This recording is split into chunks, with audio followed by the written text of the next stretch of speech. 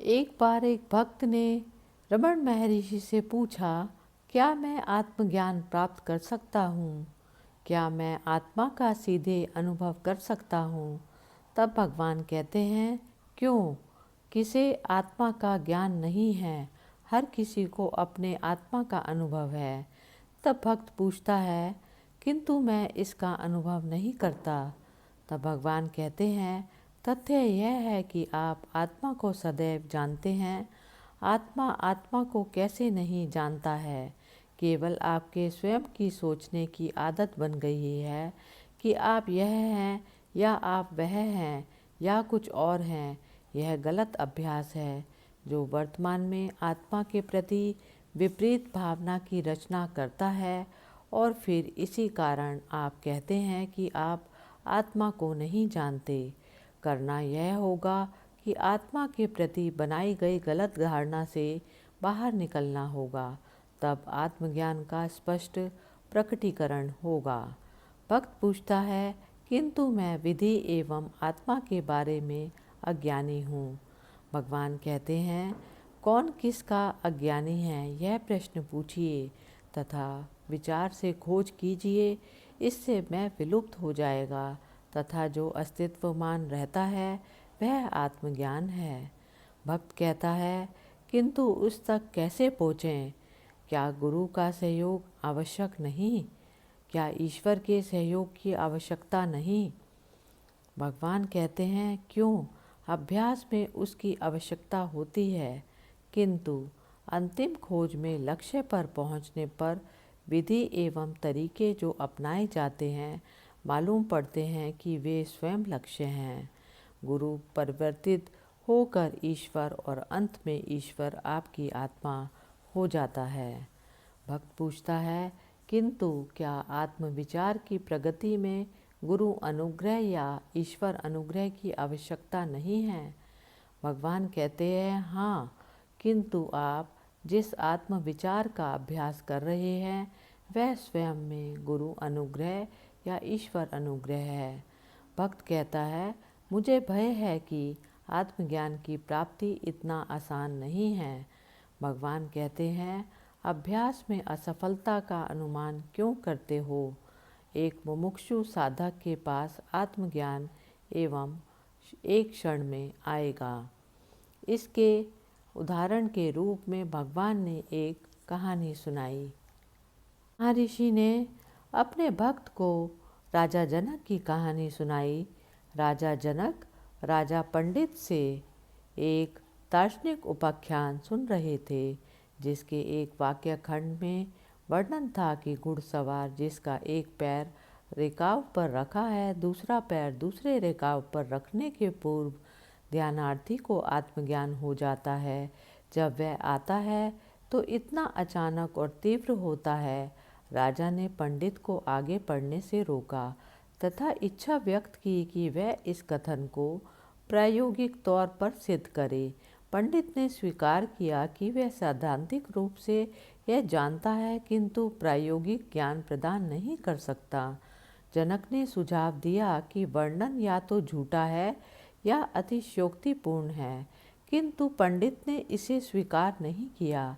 उसने कहा, यद्यपि कि यह स्वयं प्रायोगिक ज्ञान देने में सक्षम नहीं, किंतु शास्त्र झूठा या अतिशयोक्तिपूर्ण नहीं हो सकता, क्योंकि वे भूतकाल के ज्ञानी ऋषियों के शब्द हैं। जनक उस पंडित से नाराज हो गए और गुस्से में पंडित को जेल में बंद कर दिया। शास्त्र के उद्धरण को सिद्ध न कर पाने पर हर पंडित को वही दंड दिया गया। जेल के भय से राज्य के कुछ पंडितों ने स्वयं देश छोड़ दिया तथा उनमें से 2-3 जंगल से होकर भाग गए। उन्हें मार्ग में ऋषि अष्टावक्र मिले। उन्हें पंडितों के भागने का कारण मालूम पड़ा। उन्होंने पंडितों को वापस राज्य में चलने के लिए कहा। उन्होंने राजा को शास्त्र वर्णित उपाख्यान सिद्ध करने का प्रस्ताव रखा तथा पंडितों को तुरंत जेल से मुक्त करने का निवेदन किया। उनके दृढ़ आश्वासन से राजा प्रभावित हुए। ऋषि को सामने देखते ही राजा ने खड़े होकर बड़े आदर से नमन किया। अष्टावक्र ने उन्हें सभी पंडितों को छोड़ने का आदेश दिया। जनक ने सोचा कि ऐसा परामर्श वही दे सकता है जिसके अंदर उनके संदेहों को दूर करने की सामर्थ्य हो। उन्होंने सभी पंडितों को तुरंत मुक्त कर दिया। राजा एवं ऋषि अष्टावक्र निकट के एक जंगल में गए। वहाँ घोड़े के रिकाब पर एक पैर रखते हुए जनक ने ऋषि से शास्त्र के उपाख्यान को सिद्ध करने को कहा। ऋषि ने उनसे पूछा कि क्या वे एक दूसरे के समक्ष जिस अवस्था में खड़े हैं वह गुरु एवं शिष्य के संबंध का संकेत करता है। जनक इस जिज्ञासा का अर्थ तुरंत समझ गए। वह घोड़े से नीचे उतरे। अष्टावक्र को प्रणाम करते हुए उन्होंने उपदेश की प्रार्थना की। अष्टावक्र ने तब कहा कि शिष्य को ब्रह्म ज्ञान का उपदेश देने के पूर्व शिष्य को अपना सब कुछ गुरु को समर्पित करना पड़ता है। जनक ने सब कुछ गुरु को समर्पित कर दिया। तब अष्टावक्र ने कहा, बिल्कुल ठीक है। जनक चकित रह गए कि एक पुतले की तरह खड़े हो गए। दृश्य से अष्टावक्र लुप्त हो गए। समय बीत गया। राज्य के अधिकारी एवं नागरिक राजा के लौटने की प्रतीक्षा कर रहे थे।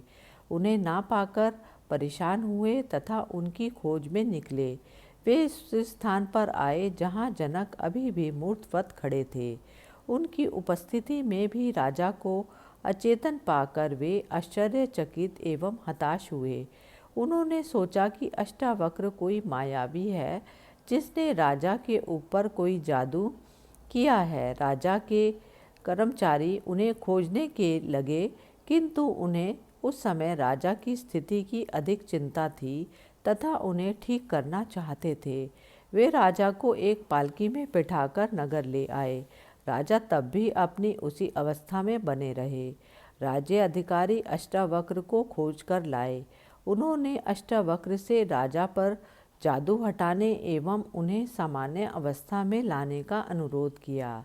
साथ ही उन पर राजा पर मंत्राचार करने का अभियोग लगाया। ऋषि ने उनके अज्ञान युक्त टिप्पणी को समझा तथा जनक को पुकारा। उनकी पुकार का तुरंत उत्तर देते हुए राजा चैतन्य हुए तथा ऋषि को नमन किया। मंत्रियों के आश्चर्य का ठिकाना नहीं रहा। ऋषि ने उन्हें अपना सामान्य कार्य करने का निर्देश दिया तथा कहा, ब्रह्म ज्ञान का उपदेश केवल योग्य व्यक्ति को ही दिया जा सकता है। राजा परीक्षा में पूरी तरह सफल हुए हैं, वह उसका उपदेश उनको देंगे। ऐसा कहते हुए उन्होंने अष्टावक्र गीता की रचना की। दूसरे दिन ऋषि ने जनक से कहा कि शास्त्र वर्णित ब्रह्म ज्ञान इतना अचानक एवं शीघ्र प्राप्त हो सकता है, क्या इस बारे में उसका पुराना संदेह बाकी है? यदि है तो घोड़े को लाकर उस सत्य का प्रदर्शन किया जाए। राजा अति विनम्र भाव से बोले, भगवान, अपनी अपरिपक्वता के कारण मैंने शास्त्रों की यथार्थता पर संदेह किया। अब मैं अनुभव करता हूँ कि इसके हर शब्द वास्तविक हैं। मंत्रियों ने ऋषि को धन्यवाद दिया।